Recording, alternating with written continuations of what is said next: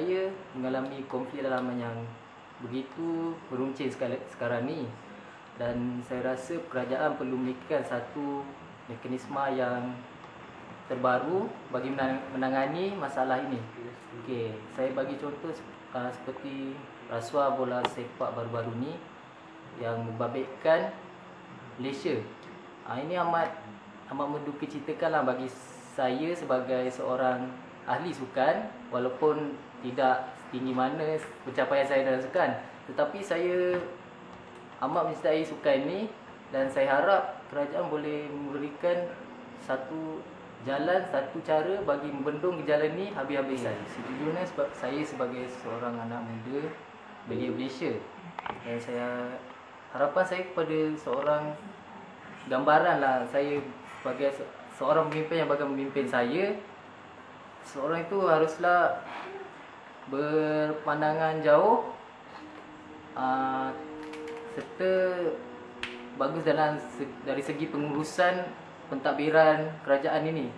Dan saya paling harap sekali perpaduan kaum, institusi diraja serta agama Islam ini dipelihara sampai akhir hayat, kerana benda ini semua melibatkan anak cucu saya juga dan saya sendiri, bagi melahirkan generasi yang berkebolehan serta berdaya saing dengan luar.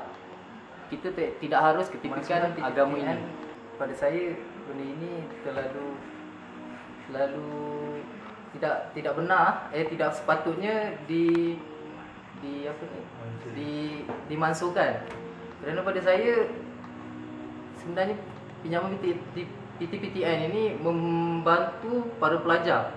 Hatta pada para pelajar yang dah ambil PTPTN pun masih tidak mencukupi, apakah lagi dimansuhkan.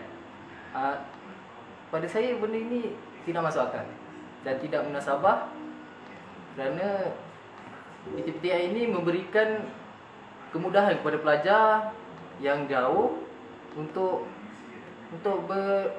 belajar dengan lebih selesa dan sempurna. Felda Global Venture Holding diilhamkan oleh Perdana Menteri kita, Datuk Seri Najib Razak, dan saya merasakan benda ini sebagai satu langkah bagi generasi baru ini menongkah arus kemajuan perdana. Dan saya harap, saya sebenarnya amat bersetuju dengan penyelesaian Felda sebagai salah satu pemegang saham dalam FGV, dan saya menyambut baik kerana ia tidak, sebenarnya ada pihak yang cuba memutarbalikkan fakta, dan saya merasakan itu tidak benar. Kerana pada pendapat saya, Datuk Seri Najib Tun Abdul Razak tahu apa yang dia perlu buat dan yang terbaik untuk anak-anak Felda dan juga penonton Felda. Okey, Persatuan Belia ia menjanjikan satu pengalaman yang menarik kepada saya, dan saya banyak sebenarnya pengalaman yang saya dapat melalui persatuan ini, melalui berbagai-bagai program, antaranya khidmat masyarakat, sukan, kebudayaan, dan dari segi kerohanian. Dan saya banyak juga yang saya dapat daripada ini, kerana pada saya persatuan ini harus diteruskan, dan saya menyeru kepada semua warga-warga belia yang tidak menyertai persatuan belia ini bagi menyertai persatuan ini, kerana berpersatuan ini adalah perlu bagi seorang generasi muda pada zaman sekarang ini.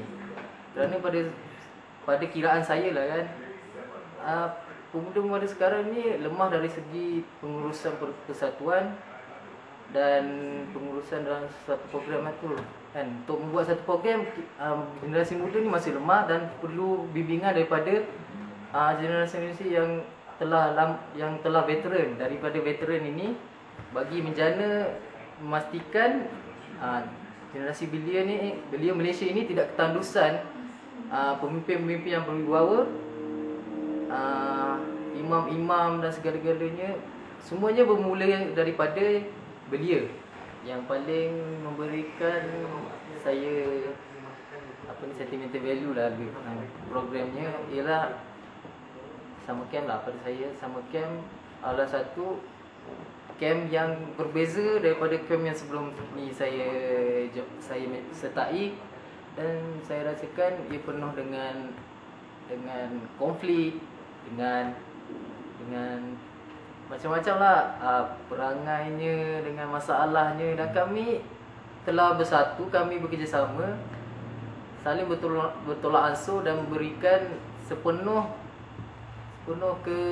apa yang saya cakap ni, sepenuh perhatian lah bagi menjayakan program ini, dan akhirnya ia juga telah berjaya, dan saya rasa amat puas lah, kerana setiap dugaan tu pasti ada hikmah di sebaliknya, dan setiap ujian itu haruslah setiap ujian bakal dibalas dengan kejayaan. Itu falsafah hidup saya sebagai seorang anak muda generasi Y.